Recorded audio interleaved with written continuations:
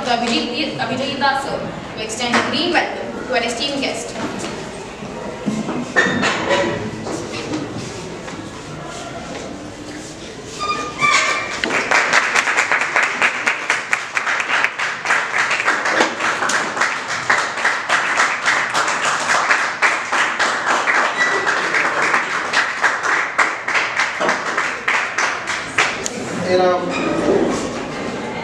Simplify this. Put it first on valuation.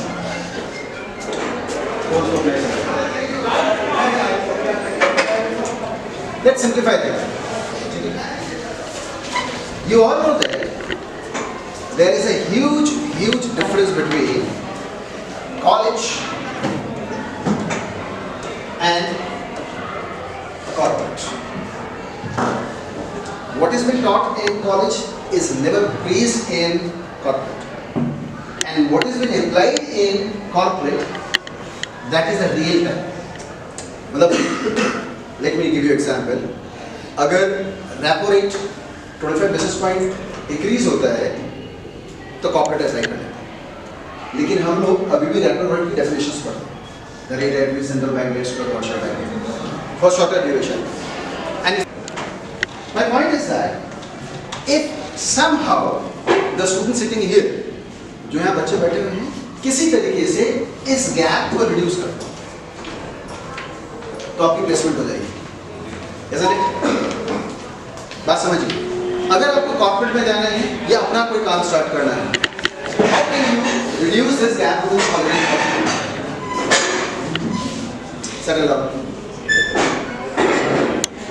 College और corporate का gap किस तरह से रिड्यूस होगा? आपको प्लेसमेंट हो जाएगी. ठीक है? I need everyone. आप कभी भी कोई भी क्वेश्चन पूछेंगे, I have the answer for that. आप क्वेश्चन पूछिए.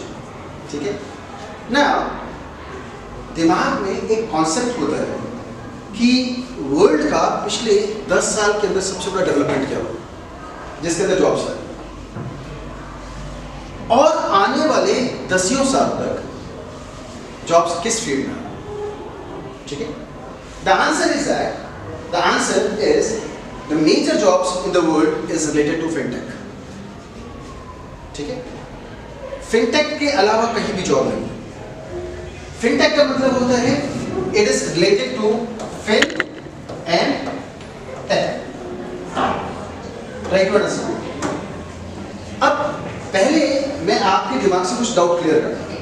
पहले कुछ मिथ्स हैं उनको ब्रेक करता हूँ, उसके बाद फिर सेशन स्टार्ट. जब भी मैं कभी स्टूडेंट से बात करता हूँ, and whenever I see fin, ठीक है, जब भी मैं फाइनेंस बोलता हूँ तो यूजुअली स्टूडेंट जो कहता है फिन का मतलब,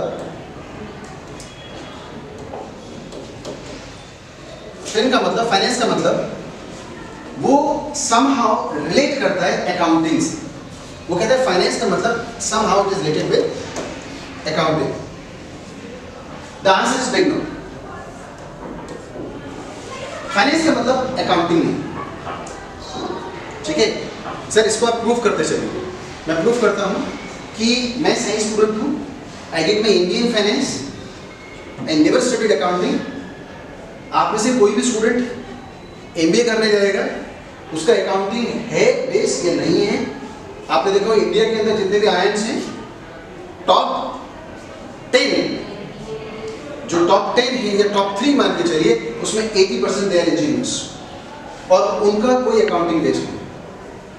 इसका मतलब अकाउंटिंग नहीं है, you can take finance. Point 1. The second myth is that finance is related with somehow which is known as mathematics. This is also absolutely wrong. आप इसका क्लासिकल एग्जांपल ले सकते हैं. आप BBA के स्टूडेंट हैं, आपके एंट्रेंस में मैथमेटिक्स नहीं है. ठीक है? आपके एंट्रेंस के अंदर पूरे कॉन्सेप्ट्स के अंदर दे टीच ओनली क्वांट पढ़ा, और क्वांट जो होता है वो 10th क्लास तक होता है. इसका मतलब any student with any kind of background can go for finance. पहला पॉइंट क्लियर. ठीक है?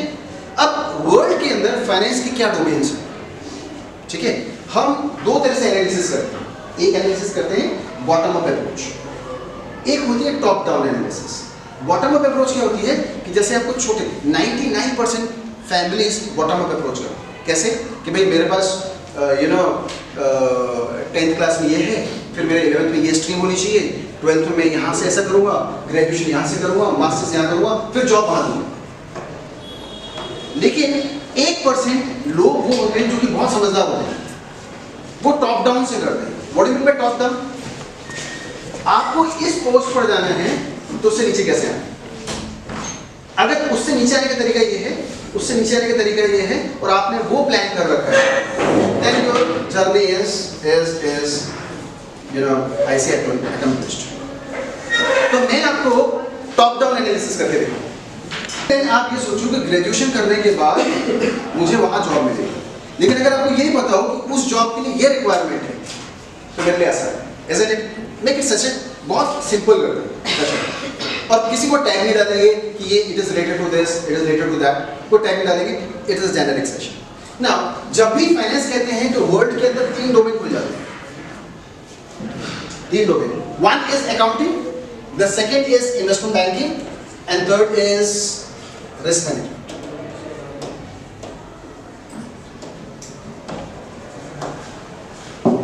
ये वर्ल्ड के 3 मेजर डोमेन हैं। अच्छा, ये डोमेन आपके लिए बचा नहीं। क्यों नहीं बचा नहीं? बिकॉज अगर आपका अकाउंटिंग फ्लेयर होता तो आप किसी भी तरीके से सीए में एंटर कर चुके होते, या लंदन से एसीसीए कर चुके होते, या यूएस से सीपीए कर चुके होते। है ना? आपका अकाउंटिंग फ्लेयर तो आप सीए के लिए तो नहीं बैठे हो, एसीसीए के लिए तो नहीं बैठे हो, सीपीए के लिए नहीं बैठे हो। फिर भी आपको एक कैच बताता, अगर फिर भी आपको केपीएमजी, EY, डिलॉयट, पीडब्ल्यूसी के अंदर जॉब लेनी है, जो दुनिया की सबसे घटिया जॉब होती है, जिसे कहते हैं ऑडिट।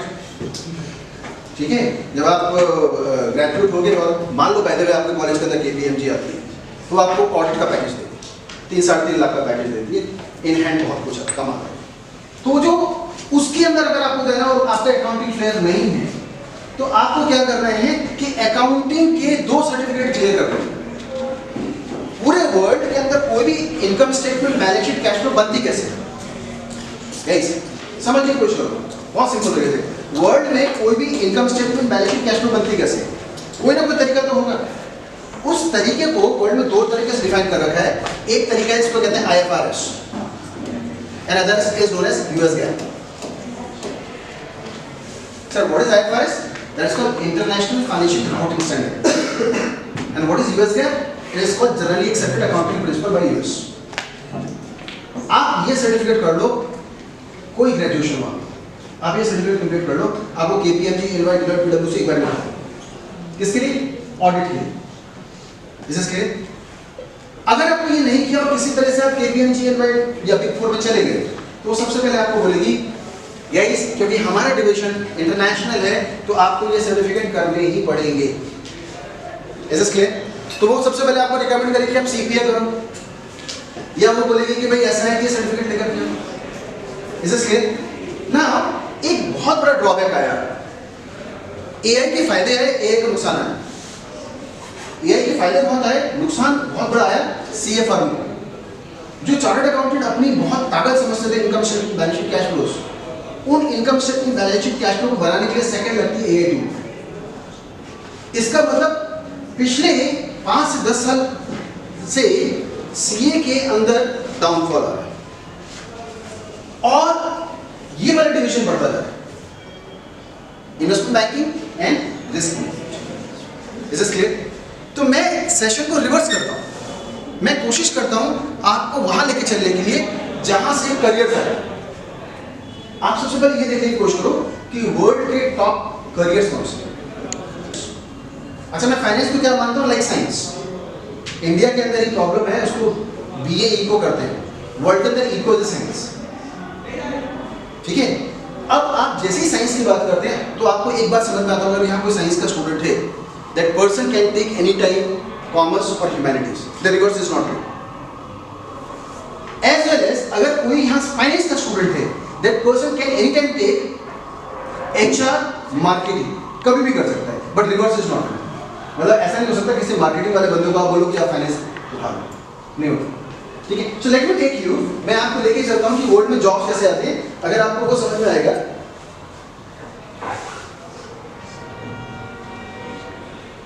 और ये रियल डेटा है,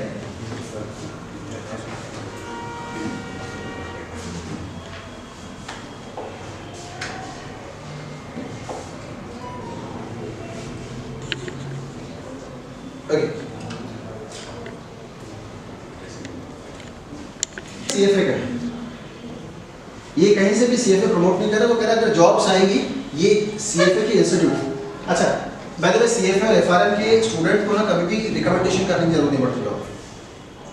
आप पूछ सकते हो क्यों, जिस पॉइंट पर मैं आप पूछना चाह रहे थे उसका जवाब है, क्योंकि जब सीएफए की लॉबी में घुसते हो तो उनका एक पीयर ग्रुप होता है, दे रिकमेंड ईच अदर, ठीक है ना। वर्ल्ड के अंदर इन जॉब के अलावा फाइनेंस में कोई जॉब नहीं। ध्यान से एक बार देखने की कोशिश करो, उसने कहा the job related to accounting, इसके अंदर बहुत सारी चीजें वो नहीं जा रही, accounting, audit and tax. Accounting जो वो लोग होते हैं जो सीए होते हैं, ऑडिट मैंने आपको बताया, एंड टैक्सेशन, ये जॉब्स होती हैं। This actual services is related to fund management. मैं आपको फिर बता रहा हूं, यहां हर एक स्टूडेंट है, कोई भी किसी फील्ड में एंटर कर सकता है। Actual services fund management, what do you mean fund management? Fund management होता है जैसे किसी म्यूचुअल फंड को बनाना। इस म्यूचुअल फंड का कॉन्सेप्ट क्या है? म्यूचुअल फंड का कॉन्सेप्ट है किसी भी तरह से रिस्क को मिनिमाइज कर देना और रिटर्न को मैक्सिमाइज कर देना। किसी भी तरह से आपकी जिंदगी में रिस्क को मिनिमाइज कर दो और रिटर्न को मैक्सिमाइज कर दो, दैट इज म्यूचुअल फंड। उसके बाद भी म्यूचुअल फंड की एक टैगलाइन है, it is subject to market risk. ठीक है, कुछ ऐसी रिस्क है जिनको हम ठीक नहीं कर सकते हैं, वो मार्केट रिस्क होती है। दिस बैंकिंग जॉब, गाइस अब ध्यान से सुनो, बैंकिंग जॉब्स आप में से, जैसे इसने बोला कि मैं एक एनआईएसएम का डेरिवेटिव का 8 सर्टिफिकेट करना चाहता हूं। एक जॉब है, बहुत ही नीश जॉब है गवर्नमेंट ऑफ इंडिया की, and that is known as RBI grade B का एग्जाम। नाम सुने किसी?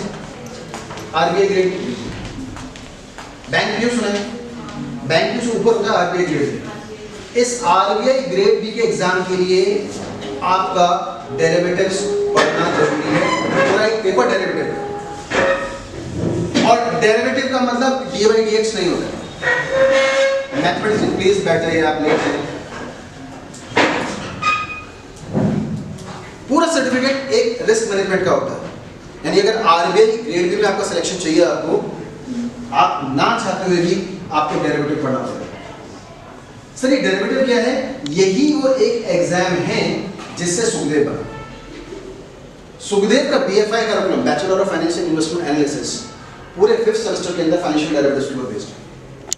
तो आपका सुखदेव में तो नहीं हुआ एडमिशन, आप दूसरी तरीके से सोचो, can you beat Sukhdev? How can you beat Sukhdev? By beating the curriculum. अगर आपने उनके करिकुलम को बीट कर दिया, is it difficult to beat Sukhdev?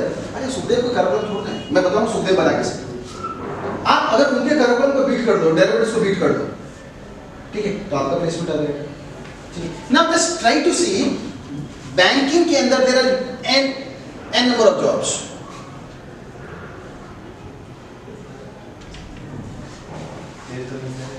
Curriculum लेके आता हूं कि वर्ल्ड के अंदर करिकुलम कॉपी कैसे बनते हैं, कोई कॉलेज अपना करिकुलम बनाता कैसे। ठीक है, देखो banking jobs, an number of jobs in banking. Banking की 8 बिजनेस लाइंस हैं। इन 8 बिजनेस लाइंस के अंदर मर्चेंट बैंकिंग आती है, इन्वेस्टमेंट बैंकिंग आती है, क्रेडिट्स की बैंकिंग आती है, आपकी सिक्योरिटी मार्केट्स की बैंकिंग आती है, रिटेल बैंकिंग आती है, बहुत सारी बैंकिंग की 8 बिजनेस लाइंस होती हैं, उनके अंदर जॉब्स हैं। This is something the most upcoming, that's called compliance and regulatories. What do you mean by compliance and regulatories? Compliance, आपने देखा अब हर बार बैंक का एक कॉल आता है, मतलब केवाईसी हो रहा है, that is actually operational risk. ये कंप्लायंस, बिना कंप्लायंस के आपके कॉलेज के अंदर एडमिशन के अंदर आपके फॉर्म फिलअप किए गए थे, आपको जब एग्जाम देते हो then you give the details, everything is connected with other, that is called compliance. बिना कंप्लायंस दुनिया में कोई चीज होती नहीं। So this is the most upcoming, compliance and regulatory.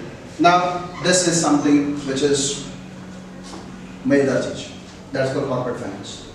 Shark Tank देखें, शार्क टैंक में जब शार्क्स किसी की वैल्यूएशन कर रहे होते हैं किस प्रोजेक्ट को लेना है, किसको छोड़ना है, that is called corporate finance. ये कॉर्पोरेट फाइनेंस ही है जो शार्क टैंक्स में शार्क्स को ये डिसाइड कराता है कि ये वाला प्रोजेक्ट वायबल है। ठीक है, तो आपका सवाल ये होना चाहिए कि सर ये जो शार्क टैंक में जो शार्क्स हैं उनकी पढ़ाई कौन सी है? भाई शार्क टैंक में शार्क जो बैठे हैं उनकी पढ़ाई कौन सी होती है? गाइस कुछ ऐसी पढ़ाई है जो कि इंडिया के करिकुलम में नहीं है। आपने नाम सुना होगा, that is called private equity, venture capitalist and hedge funds. ये private equity, venture capitalist and hedge funds, इसको एक नाम से पुकारा जाता है, that is known as alternatives. इनको कहते हैं ऑल्ट इन्वेस्टमेंट। ठीक है, अच्छा एक और आइस तोड़ता हूं। लेकिन आइस ये है कि कॉलेज से प्लेसमेंट नहीं होती है, कॉलेज के स्टूडेंट प्लेसमेंट बुलाते हैं। सुखदेव में प्लेसमेंट किसकी वजह से हो रही है? सुखदेव के स्टूडेंट की वजह से, सुखदेव के प्रोफेसर्स की वजह से। ध्यान समझना, अगर आपने बहुत कुछ कर रखा है तो आप कॉर्पोरेट को इनवाइट करते हो। लॉजिकल। एक कंपनी है जिसका नाम है डी शॉप, किसको पता है? D shop. एक कंपनी है डी शॉप जो करीब 21 लाख का प्लेसमेंट देती है, स्टार्ट करती है और किसी को भी कर देती है वो 21 लाख। वो प्राइवेट इक्विटी फर्म है। अगर आपको अप्लाई करना है आपको डी शॉप ले लेगी। ये प्राइवेट इक्विटी फर्म, यानी आपने कुछ डी शॉप के लिए काम किया हो, आपने कुछ प्राइवेट इक्विटी के लिए पढ़ाई की हो, आपने अल्टरनेटिव इन्वेस्टमेंट पढ़ा हो। ठीक है, तो ये देखो यहां पर वर्ड लिखा है कॉर्पोरेट फाइनेंस और यहां पर देखो क्या लिखा हुआ है, that is called private equity, venture capitalist and hedge funds. यानी इनके अंदर जॉब्स है। ठीक है, उसके बाद देखो क्रेडिट एनालिसिस। कभी लोन ले लेगा, लोन मिलेगा नहीं मिलेगा, हर एक इंसान की, इस क्लास में जितने बच्चे बैठे हैं सारे बच्चे अगर बैंक में जाएंगे सबको एक रेट पे लोन मिलेगा क्या? नहीं मिलेगा। इसका मतलब कोई ना कोई तो मैथमेटिकल एनालिसिस कर चल रही होगी, and that is called credit risk. ठीक है, सो this is credit risk, the most beautiful subject of the world, economics. इसका तो कोई तोड़ ही नहीं। व्हाई? बिकॉज इकोनॉमिक्स एक ऐसा सब्जेक्ट है जिसे वर्ल्ड मानता है। आप मुझे नहीं जानते हैं, कुछ लोग मुझे जानते हैं। जो लोग मुझे जानते हैं मुझे माइक्रो पार्ट से देखते हैं, जो मुझे नहीं जानते हैं मुझे मैक्रो पार्ट से देखते हैं। वर्ल्ड में हर चीज मैक्रो और माइक्रो ही है। हाँ या ना? आप उधर चित्र जानेंगे तो माइक्रो पार्ट हो जाएगा। ऐसी वर्ल्ड के अंदर अगर आपको रिलायंस की एनालिसिस करनी है, रिलायंस को बड़े तरह से करते हो मैक्रो, रिलायंस के अंदर बैठ कर करते हो दैट इज माइक्रो। इसके पर्सपेक्टिव है। Let me check, India macro है कि माइक्रो? बताओ, इंडिया मैक्रो में आएगा या माइक्रो में आएगा? जो बोल रहे हो गलत बोल रहे हो। समझिए, वर्ल्ड के साथ कंपेयर कर दूं तो माइक्रो में आ जाएगा। आपको पूछना चाहिए था कि सर अगेंस्ट हूम? अगर मैं इंडिया का कंपैरिजन रिलायंस से करता तो मैक्रो में आएगा। समझ रहे हो? उसके बाद देखो, वर्ल्ड की सबसे घटिया job stock market. Stock market में खरीदना बेचना जॉब नहीं मानी जाती है। आपके पापा को 30 साल का एक्सपीरियंस है किसी भी स्टॉक मार्केट में, तब भी कोई भी कॉर्पोरेट उनको 3 लाख रुपए साल का नहीं देगा। सिर्फ ब्रोकिंग वाले लेंगे और ब्रोकिंग की जॉब घटिया जॉब होती है। तो सर जॉब किसकी अच्छी होती है? आप समझिए, स्टॉक मार्केट में कोई काम नहीं है। ये यूट्यूब में बैठकर ये जो ज्ञानबाजी होती है सब बकवास है। एक आपको थॉट देता हूँ, उस थॉट को समझिएगा। किसी के फादर यहाँ बिजनेसमैन तो होंगे और उस बिजनेस से पैसा कमाते होंगे। क्या वो बिजनेस का ज्ञान किसी भी इंसान को बांट देंगे जिससे वो पैसा कमाते हैं? नहीं बांटेंगे ना। अगर किसी को स्टॉक मार्केट में पैसा कमाना आता है तो अपना ज्ञान यूट्यूब में डालेगा क्या? नहीं डालेगा। कभी वॉरेन बफे अपनी व्हाट्सएप थोड़ा बनाता है, इंस्टाग्राम पे थोड़ा रील्स डालता है। समझ रहे? इसका मतलब सर जॉब कहां पर है? मैंने कहा जॉब अलग है। अगर कोई भी किसी को खरीदना चाहता है, फॉर एग्जाम्पल कोई रिलायंस को टेक ओवर करना चाहता है, तो रिलायंस एक इक्विटी है, उसकी खरीदने वाली यानी बाई साइड की जॉब अलग होगी और सेल साइड की जॉब अलग होगी। इसीलिए कॉर्पोरेट में जॉब अलग अलग होती है। Equity research by side, equity research sell side. Is this clear everyone? ये वैल्यूएशन है, ठीक है। एक ऐसी जॉब है, एक ऐसा केस हुआ था इंडिया के अंदर जिसका जो बहुत बड़ा एक स्कैम था, लेकिन एकदम गायब हो गया, पता ही नहीं चला लोगों को। यू नो क्यों नहीं पता चला? क्योंकि लोगों ने उसकी पढ़ाई कभी की नहीं, या किसी भी कॉलेज के अंदर उसकी पढ़ाई कराई नहीं जाती। एक स्कैम आया था बहुत बड़ा, ये अभी इसी साल 2 साल में आया था, कई करोड़ों का स्कैम था, बहुत मोटा स्कैम।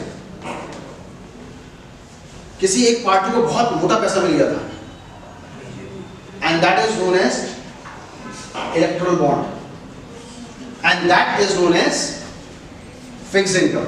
उसे क्या कहते हैं? Fixed income.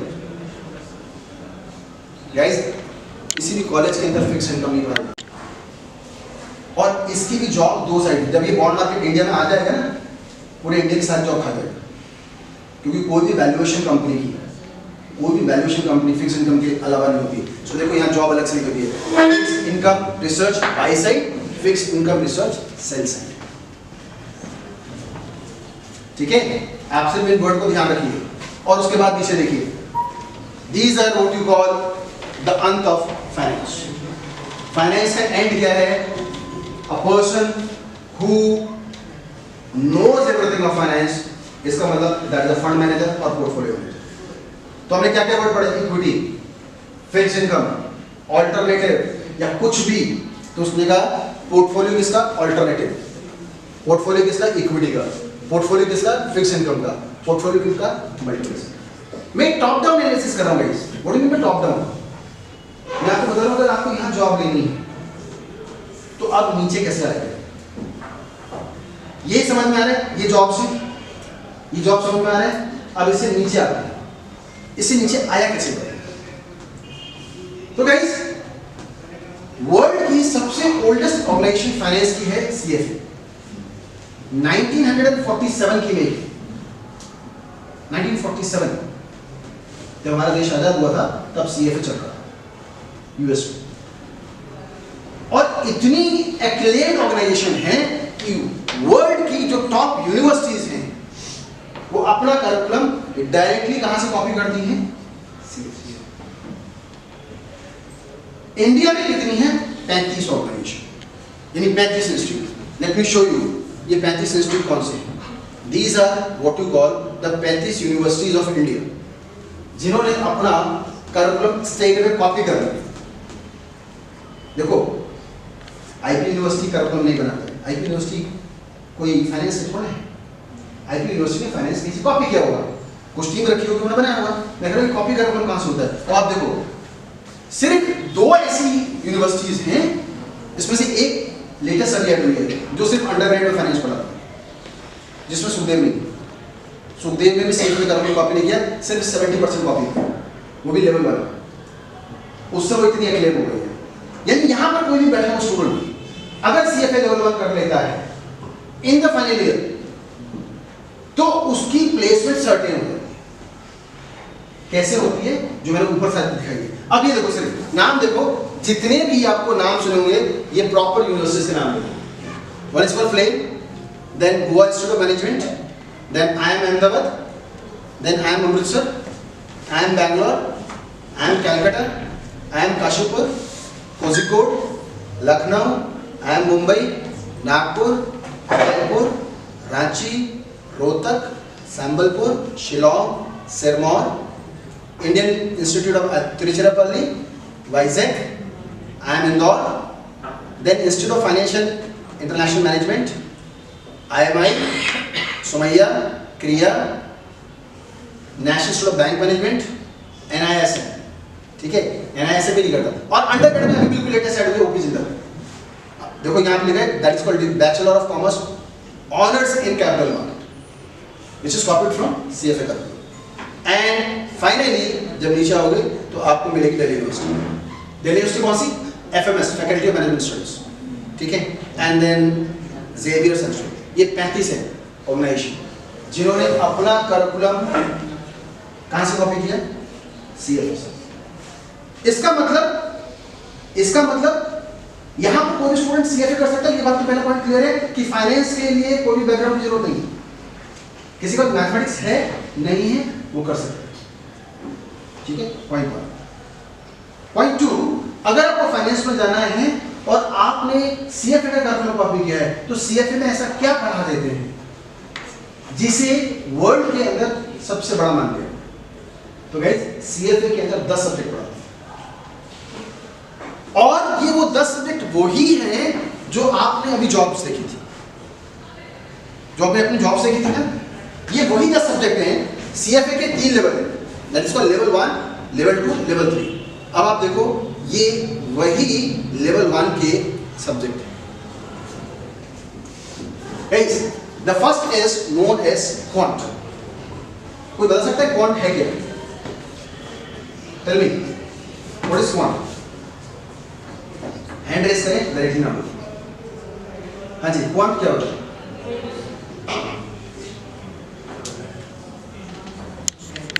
टेंथ तक की मैथ्स क्वांट होता है। और कोई? और कोई? फोन है आप लोग बस चलता है, ठीक है, गूगल ओपन कर सकते हो। एक अभी प्लेसमेंट हुआ है 4 करोड़ 30 लाख का प्लेसमेंट आईआईटी के अंदर, हांगकांग की कंपनी है। कितना प्लेसमेंट हुआ है? 4 करोड़ 30 लाख। एक हांगकांग की कंपनी है and that placement is in quantitative finance. तो 10 तक की मैथ्स के लिए 4 करोड़ 30 लाख मिलेंगे? लॉजिकली सोचो।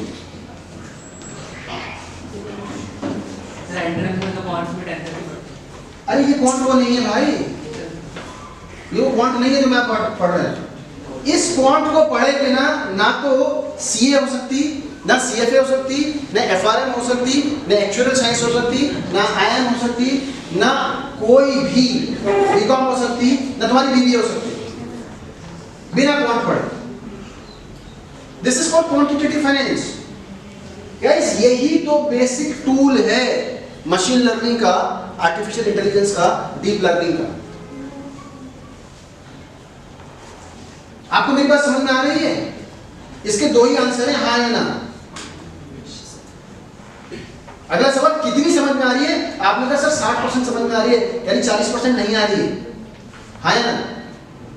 आपको मेरी बात समझ में आ रही है, हाँ या ना? इसके 2 ही आंसर हैं। बात समझ में आ रही है? 2 ही आंसर है, हाँ या ना? ये भी एक मैथमेटिकल मॉडल है, इसे कहते हैं बाइनोमियल।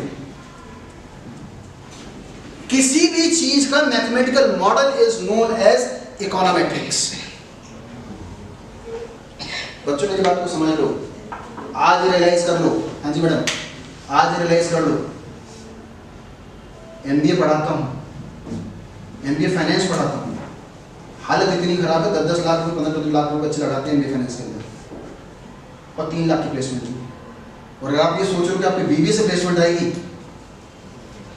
बहुत बड़ा रियलिटी चेक है। ये वर्ल्ड का सबसे आप सिर्फ इस चीज को डालिए, कभी गूगल करिए और उसमें डालिए कार्नेगी मेलन के अंदर फाइनेंशियल इंजीनियरिंग पढ़ाई जाती है। आप दिल्ली यूनिवर्सिटी का कोई भी कॉलेज एलिजिबल नहीं है फाइनेंशियल इंजीनियरिंग के लिए, सिर्फ 2 सब्जेक्ट एलिजिबल कराते हैं। एक तो इंजीनियर्स एलिजिबल है, ना बीकॉम से आप एलिजिबल हैं, ना सुदेव के बीएफए से एलिजिबल हैं, ना बीएमएस से। अगर आप कोई सोचा मैं फाइनेंशियल इंजीनियरिंग करना चाहता हूँ, यानी आप कहते हैं कि स्टॉक मार्केट में जो पैसा कमाते हैं लोग वो फाइनेंशियल इंजीनियर्स होते हैं, क्वांटिटेटिव फाइनेंस है वो। अगर आपको पैसा कमाना है ना तो गाइस आपको प्योर मैथमेटिक्स में उतरना पड़ेगा। दिल्ली यूनिवर्सिटी के सिर्फ 2 ही करिकुलम है जिसके एलिजिबल होते हैं, एक तो इंजीनियर्स को अलग छोड़ दीजिए। The second is known as maths honours and third is known as statistics. तो सर क्या हम फाइनेंशियल इंजीनियरिंग में जा सकते हैं? आप लोग जा सकते हैं? जा सकते हो। आपको कुछ मैथमेटिक्स के पेपर निकालने पड़ेंगे तब आप एलिजिबल हो। Machine learning, artificial intelligence, deep learning है क्या? ये स्टार्ट ही कहां से होता है? Quantitative finance system. इसे इकोनोमेट्रिक्स कहते हैं, इसे मॉडलिंग, ठीक है। The second subject is known as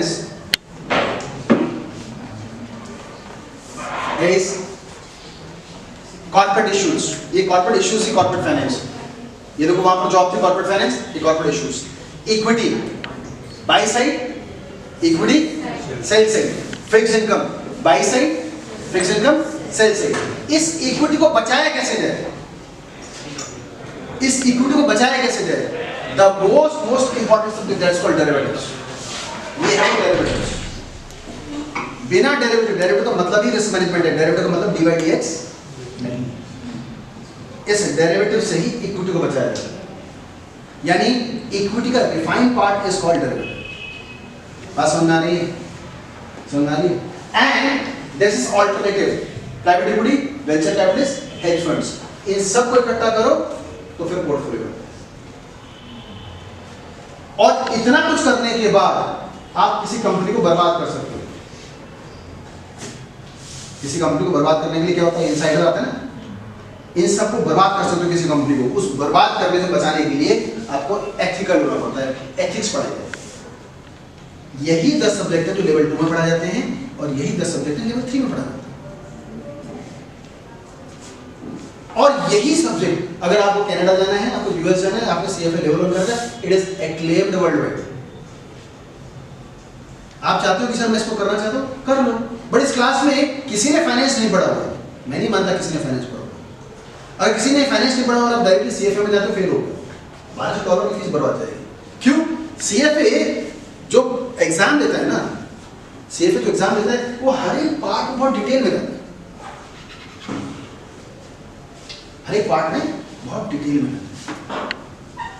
और उस डिटेल में जाने के लिए आपको एक ही चीज पढ़नी पड़ती है, isn't it? ठीक है? मैं आपको ये प्रमोट तो नहीं कर रहा कि जाओ आज सीएफए की कोचिंग ज्वाइन कर लो। मैं आपको ये प्रमोट नहीं कर रहा कि आप जाओ एफआरएम की coaching. FRM is much more difficult than CFA. और एफआरएम जो है रिस्क मैनेजमेंट, सीएफए में जॉब लगने लगे, एफआरएम में जॉब लगता है। क्यों? दुनिया में हर जगह रिस्क है, जहां पैसा है वहां रिस्क है। यानी जितनी सारी बैंक है, now it become mandatory for every bank कि एफआरएम को लेना। बिना एफआरएम के लिए तो जॉब ही नहीं हो सकती।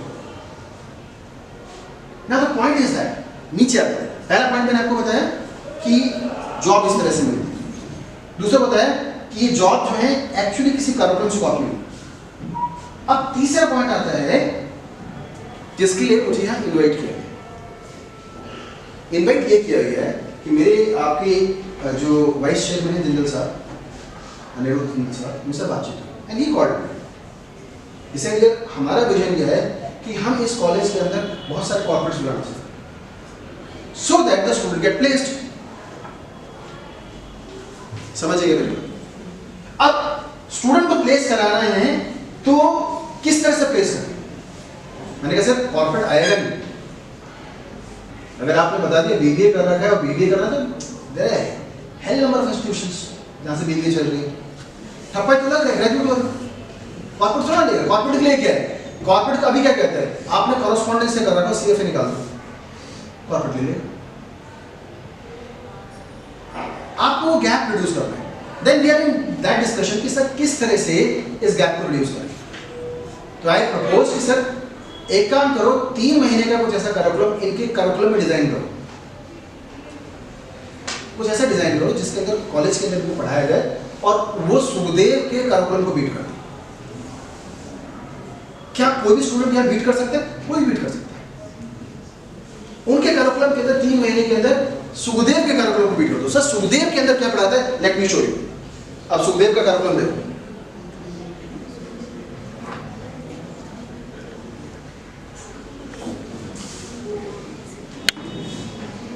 ये देखो, ये सुखदेव की वेबसाइट है। इस वेबसाइट के अंदर इन्होंने क्या मेंशन करा हुआ है यहाँ खुद ही पढ़ो। वो क्या कह रहे हैं? इस करिकुलम के अंदर इनको पढ़ाया जाता है डेरिवेटिव्स, स्टैटिस्टिक्स एंड इकोनॉमिक्स। ठीक है? और नीचे क्या बोल रखा है? अगर आपने सुखदेव कर लिया तो आप फिर उसके आगे क्या करो? सीएफए। लिखा, ये वेबसाइट है, दिल्ली यूनिवर्सिटी की वेबसाइट है, दैट इज सही Sukhdev college of studies, problem mention. और डेरिवेटिव्स का पढ़ाया जाता है 5th सेमेस्टर में, आपको 6th सेमेस्टर में। ठीक है? अगर सुखदेव को करिकुलम बीट कर दिया तो आपको सर्टिफिकेट कहां से लेने हैं? चाहे एनएसएम से लो, चाहे बॉम्बे स्टॉक एक्सचेंज से लो, चाहे एनएससी से लो, कहीं से भी सर्टिफिकेट लो। बहुत सस्ते सर्टिफिकेट है, एग्जाम देने जाओ, 2-2 हज़ार रुपये का सर्टिफिकेट है, जाओ एग्जाम दो, certificate. Now if you have that certificate, आपके पास वो सर्टिफिकेट है और आपने कॉर्पोरेट को भेजा, तो कॉर्पोरेट उस बेसिस पे आपके एम्प्लॉय, ठीक है। तो how to beat, let me tell you कि अब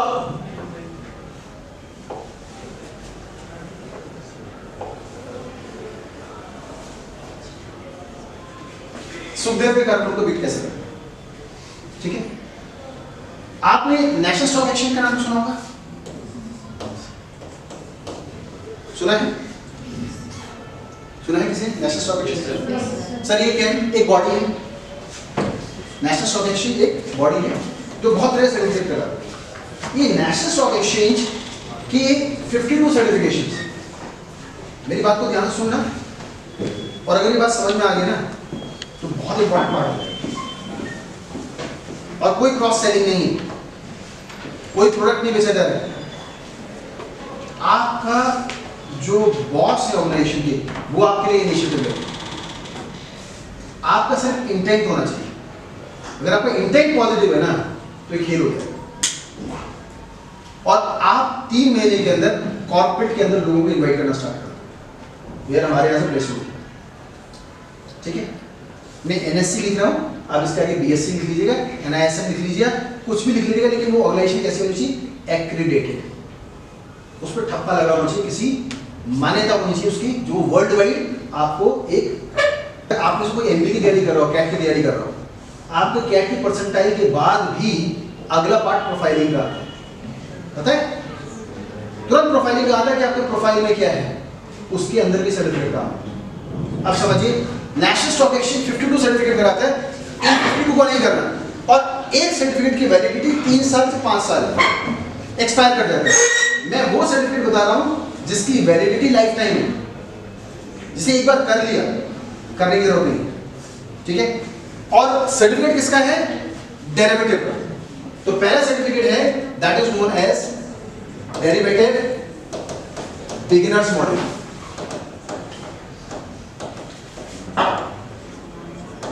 The second is derivative dealers model.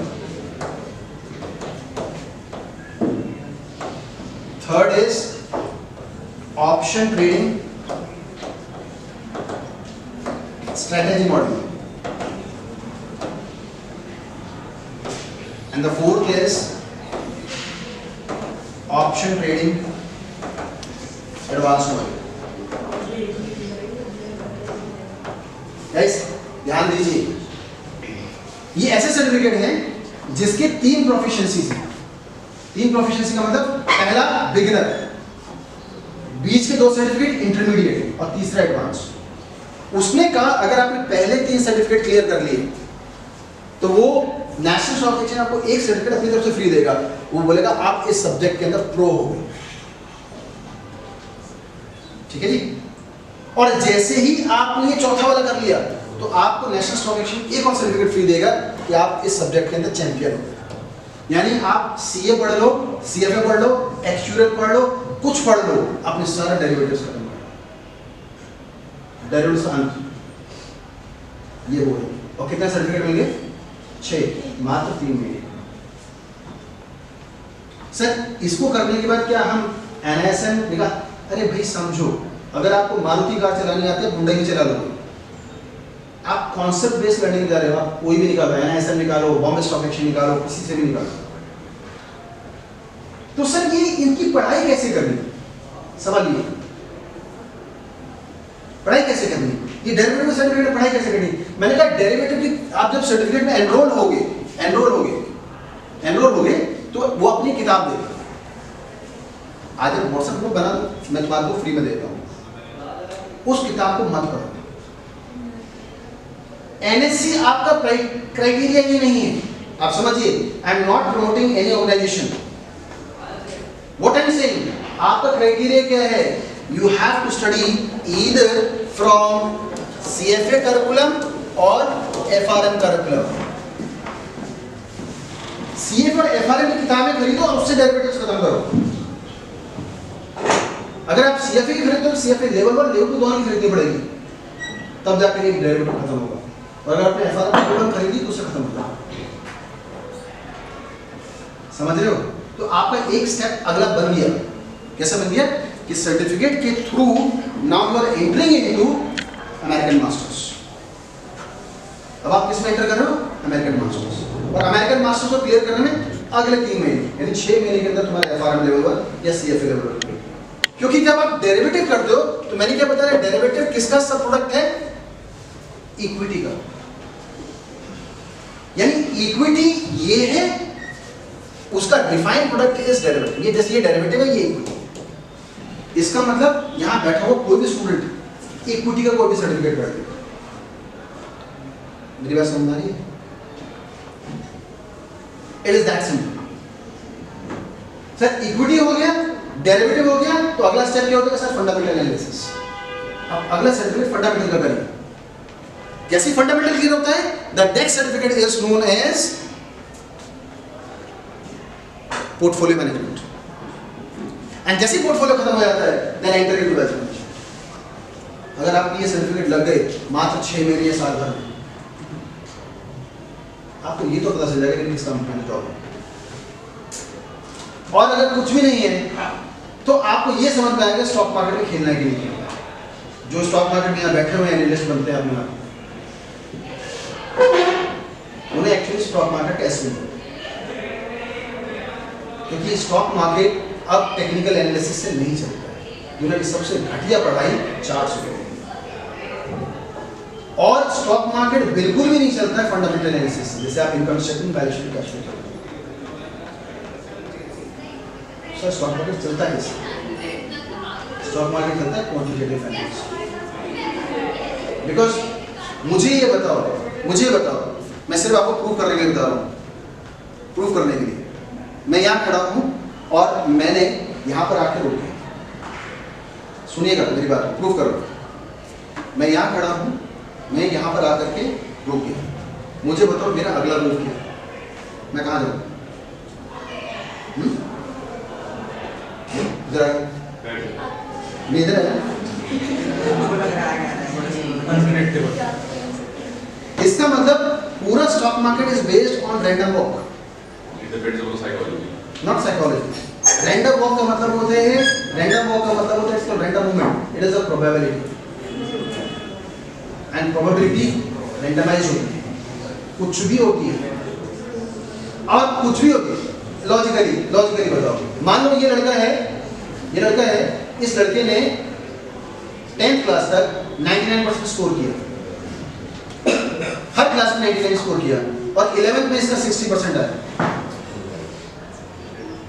तो क्या 12th में आप एवरेज निकाल के 98 पॉइंट समथिंग बता दोगे? स्टॉक मार्केट तो यही करता है कि पीछे चार्ट का ऐसा बिहेवियर आ रहा है, इस चार्ट से ये बिहेवियर नहीं है, वो रैंडम मूव्स है। ठीक है, समझने की कोशिश करिए। इतने साल कॉर्पोरेट में काम कर लिया, इतना स्टॉक मार्केट के ऊपर काम करने की किताबें लिख ली, तब भी समझ नहीं आई। इसका एक प्रॉपर थॉट प्रोसेस है, और जिनको ये ज्ञान समझ में आता है ना स्टॉक मार्केट, वो ज्ञान कभी किसी को बांटते नहीं। ये भी बहुत बड़ी बात है। अगर किसी को समझ में आ गया कि इस तरह से मार्केट में पैसा मेक किया जाता है, तो वो ज्ञान किसी को बांटते नहीं। आप एजेंडा समझ रहे हैं? एजेंडा समझिए। कॉलेज का एजेंडा सिर्फ यही है कि आपकी प्लेसमेंट है। प्लेसमेंट आने का एजेंडा यही है कि आप कॉर्पोरेट की तरह सोचें। उसके लिए कॉलेज ने ये इनिशिएटिव लिया है कि जितने स्टूडेंट्स हैं इन लोगों को मोटिवेट करें कि भैया ऐसा है, क्या हम कॉलेज के अंदर तुम्हें पढ़ा दें तो पढ़ लोगे? क्या पढ़ा दें? ये डेरिवेटिव्स पूरा खत्म करा दें, कर लोगे? आपको किसी से कोचिंग लेने की जरूरत नहीं है, क्या कॉलेज में आके पढ़ लोगे? तो तुम्हारा मोटिवेशन ठीक है। Now your question and answers. मैं बहुत डीप में चला जाऊंगा, आप मुझसे सवाल क्वेश्चन स्टार्ट करो। Sir, is CFA enough to get a high paid job? Not at all. Can we skip MBA for CFA? सुनिए, अब आप सवाल पूछेंगे, मैं उतना डिटेल में जाऊंगा। MBA होता क्या है? MBA का मतलब होता है मैनेजमेंट। सुनिए मेरी बात ध्यान सुनिए। इन फाइनेंस नहीं होता। वर्ल्ड के अंदर अगर आपको MBA करना है, आपको प्री रिक्विजिट पता है क्या है? आप अगर मान लो आईवी लीग, हार्वर्ड, स्टैनफोर्ड कहीं से भी जाते हैं, प्री रिक्विजिट क्या है? वो कहते हैं 3 से 5 साल का work ex in the respective field. वो क्या कहते हैं? मान लो मैंने सीएफए कर लिया, मैंने एफआरएम कर लिया, मैंने एमएस इन फाइनेंस कर लिया, इतना क्रेडेंशियल ले लिया ना, I just want to enter into in MBA. तो वहां पर क्या होगा? उसने कहा फाइनेंस पढ़ लिया, अब उसको मैनेजमेंट पढ़ा दो। फाइनेंस मत पढ़ाओ, मैनेजमेंट इन फाइनेंस, यानी फाइनेंस का सबसे बड़ा जो रूट है that is known as MS, not MBA. इसलिए लोग फाइनेंस पढ़ने के लिए या जितने भी सीएफओस होते हैं वो एमएस करके आते हैं। This is clear? एमबीए क्या होता है? MBA is a generic kind of process where you study lot many things related to that subject and put management turbine. तो more on the management side, less in the finance side. This is clear? अब इसने बोला क्या sir CFA करने से क्या मुझे अपर as मिलेगा? गाइस एमबीए करनी ही है, लेकिन ये तो समझ में आ रहा है कि मैं एमबीए किस लिए कर रहा हूं। मैं एमबीए को डाउनग्रेड नहीं कर रहा हूं, एमबीए करनी है। आपने कहा यार मैं किसी गंजे को कंघी बेच सकता हूं, मैं good marketer, I can sell refrigerators in igloo, अंग्रेजी में सुनो, ठीक है? तो मैंने बहुत सारे प्रोग्राम्स फाइनेंस के किए हुए हैं, मैंने बहुत सारे प्रोग्राम मार्केटिंग किए हुए हैं, मैंने बहुत सारे प्रोग्राम ऑपरेशंस भी किए हुए हैं। Now understand my core responsibility है, मैं इसके लिए बनाऊं, तो मैं इसके लिए बनाऊं, उसमें मैं मैनेजमेंट कर लूंगा। That's called MBA, that is MBA. India में क्या होता है? बिल्कुल उल्टा प्रोसेस है। इंडिया में कहता है कि आपको कहीं से ग्रेजुएशन में फायदा नहीं दिख रहा है, तो आप फिर एमबीए में कूदते हैं कि उससे प्लेसमेंट आएगा। ये गड़बड़ी, ठीक है? अगर आप फाइनेंस में जाना चाहते हैं तो फाइनेंस पकड़ो और उसको लेकर के फिर मैनेजमेंट। सीएफए लेवल 1 गाइस, इतना इंडिया के अंदर एक और बड़ी प्रॉब्लम है। इंडिया, चाइना, इजराइल, ये सुपर ब्रेनी लोग हैं। इंडिया की पॉपुलेशन आपको पता है, बहुत बड़ी पॉपुलेशन। इंडिया के अंदर एक प्रॉब्लम और है कि इंडिया के अंदर कॉम्पिटिटिव बिहेवियर है। तो जब इंसान को पता चल जाता है, चलते फिरते किसी से ज्ञान मिल जाता है कि भाई ऐसा है कि सीएफए से ना प्लेसमेंट आ रही है, तो अब हर दूसरा बंदा किसी भी कॉलेज के अंदर है वो कहता है सीएफए कर लेता हूं। समझो, ऐसे डायरेक्टली सीएफए मत उठो, पहले सर्टिफिकेशंस करो। जब आपके सर्टिफिकेशंस में जब आप ये डेरिवेटिव्स पढ़ोगे ना, ये डेरिवेटिव में आपका 30-40% सीएफए कवर हो जाता है, तब आपको फील आ जाएगा हाँ यार मैं इसके लिए पढ़ा हूं। Then you enter into CFA. When you enter into CFA तब आपको समझ में आ गया सीएफए कर लिया, अब सीएफए के अंदर मुझे ये वर्टिकल चाहिए, तब आपके लिए। But so I am not saying CFA करना जरूरी नहीं है, बहुत जरूरी है अगर फाइनेंस में जाना चाहते हो। और एक और बात, आप बीबीए दिल्ली यूनिवर्सिटी से करो, आईबी यूनिवर्सिटी से करो, सिम्बायोसिस से करो, नार्सी से करो, बीबीए कॉमन है, बोलो भाई हाँ है ना? ऐसी वर्ल्ड के ऑर्गेनाइजेशन नाम है CFA, FRM, chartered accountancy, actual science, company secretary, सब के अंदर 70% फाइनेंस कॉमन पढ़ाई जाती है। सबने अपने नाम बदल रखे हैं, ठीक है? जैसे एफआरएम के अंदर 4 बुक पढ़ाई जाती है। पहली book is known as quant, the second book is known as financial market and product, third book is known as valuation and risk, and the fourth book is known as foundation of risk management. अगर इन 3 book को इकट्ठा कर दो ना तो ये 70% CFA है। तो इसका मतलब अगर किसी ने सीएफए लेवल 1 क्लियर कर रखा है तो उसका एफआरएम लेवल 1 भी क्लियर है, और किसी ने एफआरएम लेवल 1 क्लियर कर रखा है तो उसका सीएफए लेवल 1 भी क्लियर। समझ रहे हो? तो कोई इंसान को पता है कि अगर मेरे को मारुति कार चलानी आती है तो मैं हुंडई चलाऊंगा, जैसा। इसीलिए आपने देखा होगा जिन लोगों के पास डिग्री होती है उसमें बहुत सारी मल्टीपल डिग्रीज होती है। अरे उन्होंने एक फाइनेंस कॉमन पढ़ लिया, अब वो कुछ भी कर क्लियर है? तो अगर कोई सोच रहा मैं सीएफए करना चाहता हूं और ये मान के चलो इंडिया रिसेशन साइड में जा रहा है और जॉब्स रिसेशन टाइम में बैंकिंग साइड को अच्छी आ जाती है, तो आपको एफआरएम भी करना है। और अगर कोई कह रहा है मैं एफआरएम में जा रहा हूं तो सीएफए। अब सीएफए की बहुत बड़ी प्रॉब्लम है, सीएफए की लॉबी है। लॉबी समझते हैं? जो बड़े बड़े सीएफएस होते हैं ना, वो किसी भी छोटे सीएफए को अंदर एंट्री करने नहीं देते, क्योंकि वो वैल्यूएशन करते हैं। वैल्यूएशन में वो आपको एंट्री करके तो आपको परसेंटेज देनी पड़ेगी, उनको बहुत ज़्यादा मोटी। तो आपने सीएफए लेवल 1 कर लिया, इजीली वो आपको अपने अंदर ले गए, वो आपको क्या करेंगे, चले एक काम कर, हमारे लिए काम कर, आपको अपने पीयर ग्रुप में नहीं डालें जब तक CFA का लेवल 2 क्लियर नहीं होता है और आपका लेवल 3 में पोर्टफोलियो में ना घुसे, तब तक CFA की वैल्यू नहीं है। क्या समझ रहे हैं? तो आपको साइमल्टेनियसली 2 या 3 साल तक दोनों चीजों को पैरेलल साथ में चलना पड़ेगा, CFA भी FRM भी। अब एडवाइजर है, which one is difficult? Just wild guess. CFA level 1 और FRM level 1? FRM level 1. Yes, difficult. Any time difficult. तो आपकी स्टार्टिंग FRM level 1 से होनी चाहिए, क्योंकि अगर आपने FRM level 1 कर लिया तो CFA से ठीक हो। इसका उल्टा नहीं ट्रू है, अगर आपने CFA level 1 कर लिया तो FRM में निकाल सकते। कैसे? जो बहुत FRM पढ़ाई जाती है, बहुत हाई पढ़ाई जाती है, पूरा इको ऑनर्स खत्म कर दिया जाता है।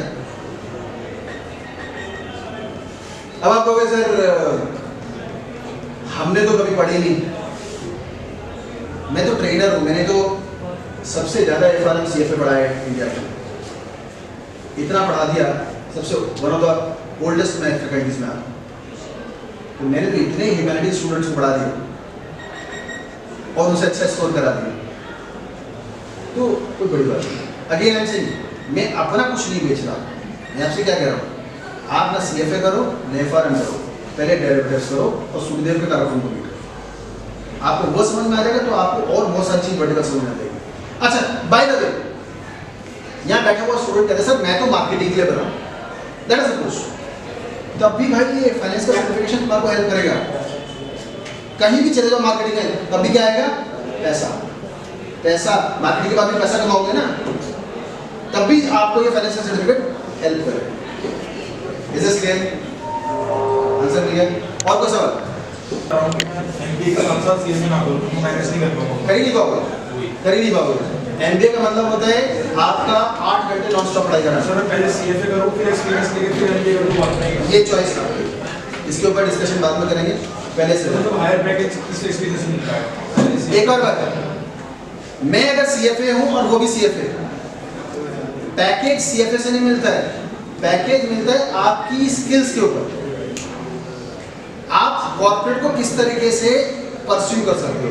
एक चीज और सीखो, बात करना। सुन लीजिए गाइस, आपस में बात करने को बात नहीं कही जाती है, कॉर्पोरेट टॉक्स होती है। समझिए मेरी बात को, अगर आपको बात करने का सलीका नहीं पता कॉर्पोरेट का, आपको कॉर्पोरेट है ना एंट्री भी देगा। एक और चीज मैं भी आपको दिखाता हूँ, एक रेज्यूमे आपको दिखाता हूँ, गोल्डमैन सैक्स का एक बंदा स्टूडेंट है मेरा, गोल्डमैन सैक्स न्यूयॉर्क में, उसका रेज्यूमे दिखाता हूँ। किसी भी रेज्यूमे के अंदर किसी भी कॉलेज का नाम नहीं होता। अगर किसी ने सुखदेव से पढ़ा तो सुखदेव को कौन जानता है कनाडा के अंदर, कौन जानता है लंदन के अंदर सुखदेव क्या है, वहाँ जानते हैं सिर्फ दिल्ली यूनिवर्सिटी। जब लिखा जाता है ना, तो आपका रेज्यूमे अगर आपने किसी भी कॉर्पोरेट के अंदर दिया है, आपने अपना रेज्यूमे देखा है, आपका रेज्यूमे कैसे बैक होता है, चेक कैसे होता है, पता है आपको?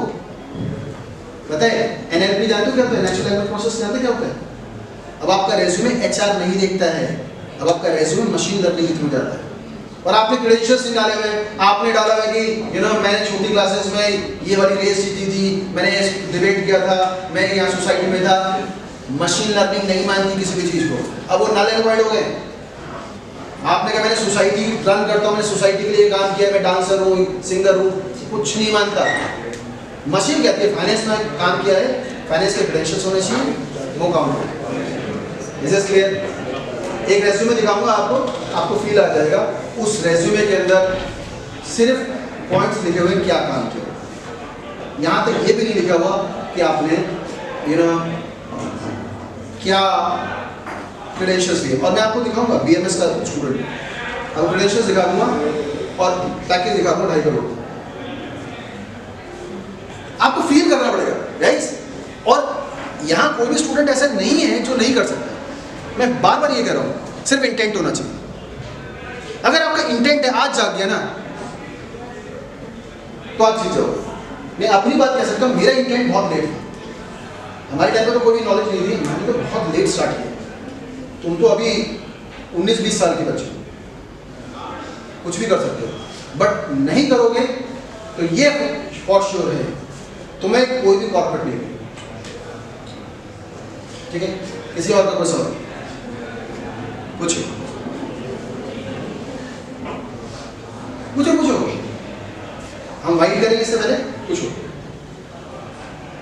कहाँ से आ रही है? गौमुख से चलती हुई आ रही है, हरिद्वार आई, संगम आई, बिहार गई और नीचे कलकत्ता होते हुए मिल गई। Where is the right place जहां पर आपको नहाना चाहिए? सबसे पहले source can not be YouTube, source can not be YouTube. Discard करिए यूट्यूब को, सर पर फिर अंडरस्टैंडिंग कैसे आएगी? सुनिए, डिस्कार्ड करिए। When you have proper books, when you have the content, फिर उस कंटेंट को अब यार बड़े हो गए हो, पढ़ना तो आता ही है, यहाँ फंसोगे तब यूज करो। ये तो कहते हैं डिपेंडेंसी। लॉजिकली देखो, एक करिकुलम ये है, इस करिकुलम को रिफाइन करके सीएफए का करिकुलम होता है, सीएफए इंस्टीट्यूट का, इस करिकुलम को रिफाइन करके ये करिकुलम बनाते, इसे कहते हैं शुएज़र नोट्स, सीएफए की किताबें। बड़े को छोटा कर दिया, इस बड़े को छोटा करके आपने कर दिया पीपीटी, और इस पीपीटी को पढ़ रहे हो आप, आपका कंटेंट ये। डायरेक्टली इस कंटेंट पे जाओ,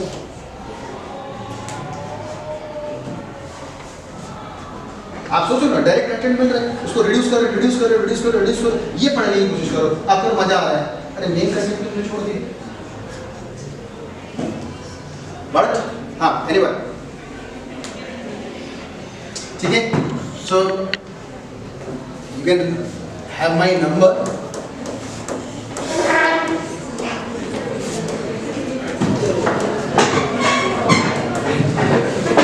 इसके अलावा मैं वो रेज्यूमे दिखा रहा हूँ आपको, ठीक है, फॉर दोज जिनका इंटरेस्ट है, ठीक है। आप ये कहते हो कि सर ये चीज होनी चाहिए, वो भी 2023 दिसंबर, मैं ये रेज्यूमे सेंड कर दूंगा आपको, डोंट टेक फॉर ग्रांटेड। इधर देखिए, उसने क्या किया था, ये क्वांट फाइनेंस के अंदर काम कर रहा है, ठीक है। उसके बाद यहाँ पर बीएमएस किया, उसके अंदर क्या पढ़ा, उसके अंदर लिखा है study derivatives, calculus and portfolio management. साथ साथ ग्रेजुएशन में क्या क्या खत्म कर दिया उसने, FRM level 1, level 2, CFA level 1, ठीक है। उसके बाद ये नीचे देखो, ये काम कर रहा है, that is called global banking and सब, ये गोल्डमैन सैच और ये सब सारी चीज के अंदर। और जब इतना कर लिया तो नीचे सिर्फ इसने कितने सर्टिफिकेट निकाले, जो आप एक सर्टिफिकेट निकालने की बात कर रहे हो ना, इसने 12 सर्टिफिकेट निकाले। मैं आपको कह रहा हूँ सर्टिफिकेट निकालने हैं, इसने इनिशियली पहले 12 सर्टिफिकेट निकाले, 12 सर्टिफिकेट निकाले, उसको सिर्फ इतनी सी लाइन में लिखा हुआ है, certificate NSC derivative champion and investment analysis champion, और आगे लिखा है बॉटन से प्रोग्राम किया है। अब ये देखो 12 सर्टिफिकेट कौन से हैं, ये देखो,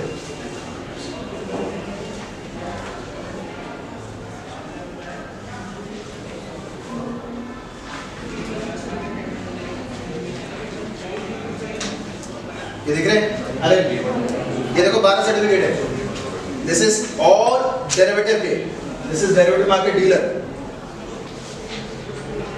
equity derivative beginner, investment analysis and portfolio management, then option trading strategy, fundamental analysis, option trading advance, technical analysis, wealth management, and these are 2 proficiencies and 2 champions, 12 certificate है। और इन सर्टिफिकेट ये नल एंड वॉइड सर्टिफिकेट है उसके। Null and void का मतलब जब आपने 12th कर ली तो आप किसी को 5th क्लास 6th क्लास नहीं प्रीच करते हो क्या? नहीं करते हो। इस बंदे ने इतना कर लिया, इसके बाद कर लिया एफआरएम सीएफए, तो आपको क्या बताएगा जिंदगी में, मैं एफआरएम कर लिया, वो थोड़ा बोलेगा मैं एनसीओ सर्टिफिकेट करके बैठा हूँ। लेकिन इसने स्टार्टिंग कहाँ से की, क्या डायरेक्टली एफआरएम सीएफए से? नहीं। समझ में आ रहा है? So thanks to your college and Jindal साहब जिन्होंने ये इनिशिएटिव लिया to start these kind of programme in your college. ठीक है, thank you. An enlightening and engaging session. Your insights have truly enhanced our understanding of the financial world. May I now request Ms. Medula to present a token of her appreciation to our guest.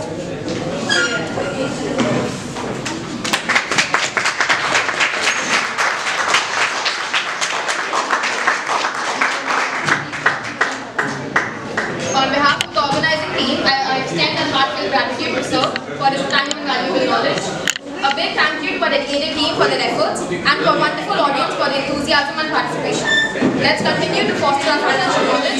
Thank you everyone.